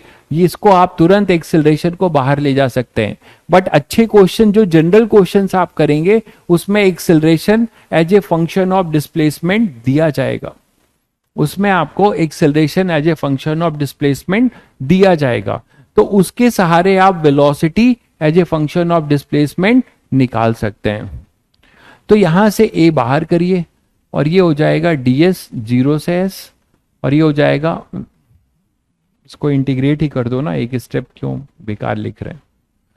तो ये हो जाएगा, a को बाहर करो, ds का हो जाएगा s 0 से s, और v dv, v का क्या हो जाएगा, v स्क्वायर बाई 2। अब आप देख रहे हैं कि हर जगह पे आपको क्यों इंटीग्रेशन पढ़ाया गया था, आपको डिफरेंशिएशन इंटीग्रेशन क्यों पढ़ाया गया था, अब ये सभी बच्चों को क्लियर होगा। यहाँ v की पावर 1 है तो हमने फॉर्मूला लगाया v 1 प्लस 1 अपॉन 1 प्लस 1, तो x की पावर n वाला फॉर्मूला से काम चला। तो इसीलिए ये सब पढ़ाया जाता है, सब नहीं पढ़ाया जाएगा तो आप कैसे समझते। तो यहाँ पे आपके पास आ जाएगा ये a into S, upper limit lower limit तो 0 हो जाएगी, अपॉन अपर लिमिट यहां पर क्या होगी, v square, minus lower limit v की जगह u स्क्वायर बाई में 2, तो आपको मिलेगा v square minus u square,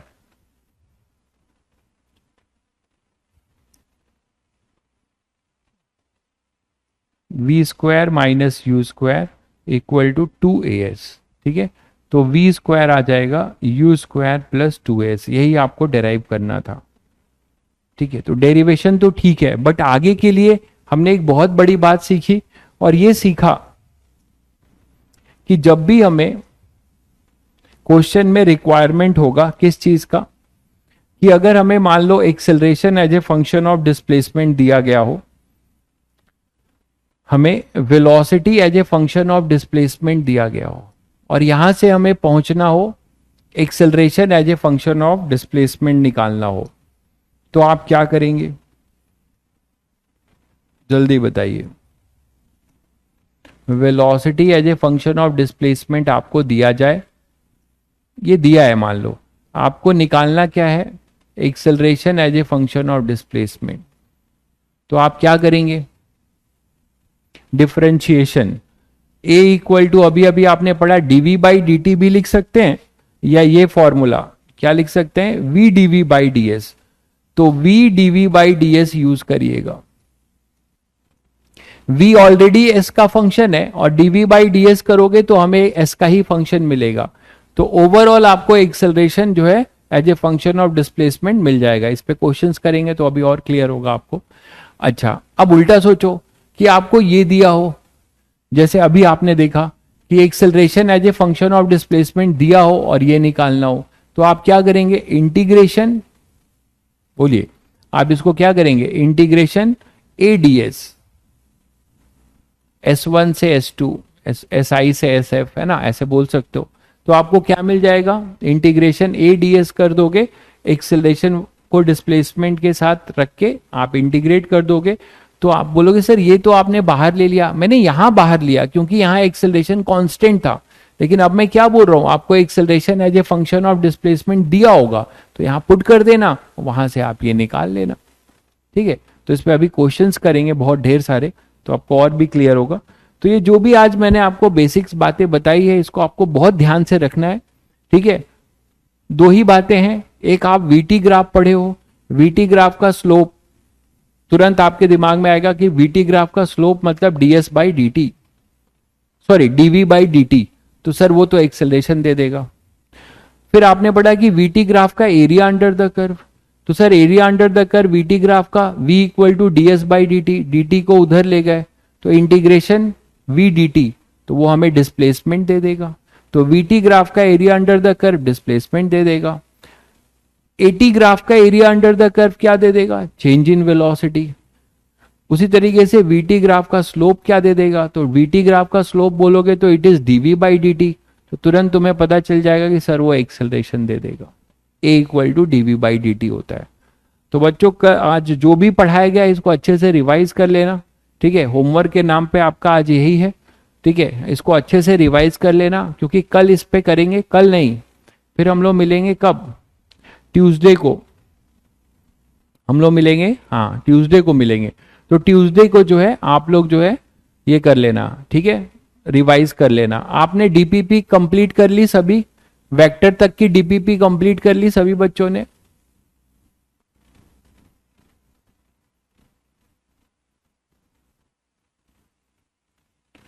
cube वाला क्वेश्चन क्या था, एक्स क्यूब बाई 3, मुझे याद नहीं आ रहा है, कर लेंगे, ठीक है नेक्स्ट टाइम कर लेंगे, कोई दिक्कत नहीं है।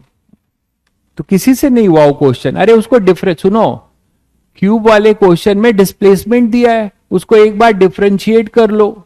एक बार डिफरेंशिएट करोगे तो velocity as a function of time आ जाएगा। जब velocity as a function of time आ जाएगा तो उसे एवरेज डिस्प्लेसमेंट, एवरेज आपको निकालना है, वी एवरेज, तो सीधे सीधे आप क्या करना, integration V D T upon D T वो कर लेना। और अगर आपको उसका एवरेज स्पीड निकालना है तो मॉड वी को डिफाइन करके कर लेना, यही तो था। एससी वर्मा जो बच्चे करना चाहते हैं बिल्कुल कर सकते हैं, जो मैथमेटिक्स वाला पार्ट है, ठीक है, वो आप पहला पार्ट कर लीजिए, उसमें जो वेक्टर के क्वेश्चन है, काइनेमेटिक्स नहीं, उसके पहले जो चैप्टर है उसके क्वेश्चंस आप कर सकते हैं। शुरू के बहुत कम क्वेश्चन है, बहुत इजी क्वेश्चंस है, इसीलिए उस पर नहीं गया। एससी वर्मा का आपको टिक कराना शुरू करूंगा जब काइनेमेटिक्स हम लोग पढ़ लेंगे तब, ठीक है। तो आप ये सब रिवाइज कर लिए। डीपीपी का क्या हालचाल है, डीपीपी अभी तक वेक्टर का क्यों नहीं कंप्लीट किया तुम लोगों ने, अब नया चैप्टर शुरू हो गया, ठीक है। यूनिट एंड डायमेंशन बार बार मत पूछा करो भाई, यूनिट एंड डायमेंशन आपको बता चुका हूं कि यूनिट एंड डायमेंशन और एरर एनालिसिस में लास्ट में पढ़ाता हूं, क्योंकि उसमें जो है यूनिट एंड डायमेंशन में मैं बोलूं कंडक्टिविटी की डायमेंशन लिखो। आप जानते हो कंडक्टिविटी क्या होता है, आपको मैं बोलूंगा कि कूलम्स लॉ में परमिटिविटी की डायमेंशन लिखो, तो आप जानते हो उसको। जब तक आप फॉर्मूले नहीं जानोगे आप डायमेंशन, मैं बोलूंगा टॉर्क की डायमेंशन लिखो, एंगुलर मोमेंटम की डायमेंशन लिखो, लीनियर मोमेंटम की डायमेंशन लिखो। एक बार जब आप सब पढ़ लोगे तो आप बोलोगे सर ये क्या ही पढ़ना, ये तो हमें आता ही है, इसीलिए हम उसको लास्ट में पढ़ाते हैं, ठीक है। चलिए फिर तो आप लोग जल्दी से अपनी डीपीपी निपटा दीजिए भाई, लास्ट डीपीपी वेक्टर की जो भी होगी इसको निपटा दीजिए। और आपने एक आपका इंपॉर्टेंट अनाउंसमेंट है, जब आप डीपीपी अपलोड डाउनलोड करेंगे तो आपको एक लिंक मिलेगा, तो उस लिंक में आपको वीडियो सॉल्यूशंस भी मिलेंगे, ठीक है। बट मैं फिर बोल रहा हूं कि बच्चे जो है तुरंत जो प्रिंटेड सॉल्यूशन है या वीडियो सॉल्यूशन पे तुरंत मत जाइए, आप अपने से स्ट्रगल करिए काफी देर तक, फिर आप उसको देखिए, नहीं तो आपको मजा नहीं आएगा। और ऑनेस्टली तुम्हें बताऊं, अगर आप यहाँ पे लेक्चर फॉलो कर रहे हैं, कुछ बच्चे ये बात फील कर पाए होंगे, तो उन्होंने 70 to 80% डीपीपी खुद सॉल्व की होगी। कुछ बच्चे इस बात को फील किए हैं, वो बता सकते हैं कुछ, कि जो भी वो लेक्चर्स यहाँ फॉलो कर रहे हैं उस लेक्चर के आधार पे जब वो डीपीपी सॉल्व करेंगे तो मैक्सिमम क्वेश्चंस उनसे हो रहे होंगे। ऐसा कुछ बच्चों ने किया है, करके देखा है? हाँ हार्ड है, ठीक है, हार्ड और इजी तो होगा, कुछ क्वेश्चन हार्ड है नहीं होंगे, कुछ इजी होगा, ठीक है। लेकिन मैं कह रहा हूं कि रिलेटिवली आप 50 to 60%, 70% क्वेश्चंस कर रहे होंगे जो बच्चे लेक्चर्स फॉलो करेंगे, ठीक है। तो उनको आपको जो है दिक्कत नहीं आएगी। और जिनके जो क्वेश्चंस नहीं हो रहे हैं उसके आप वीडियो सॉल्यूशन देख सकते हैं या फिर आप प्रिंटेड देख सकते हैं। उससे भी नहीं होता है तो आप मुझे बता सकते हैं, मैं वो एक दिन सारे क्वेश्चन डिस्कस भी कर सकता हूँ, आपके ऊपर है, आप बताइएगा, ठीक है। चलिए फिर मिलते हैं ट्यूसडे को।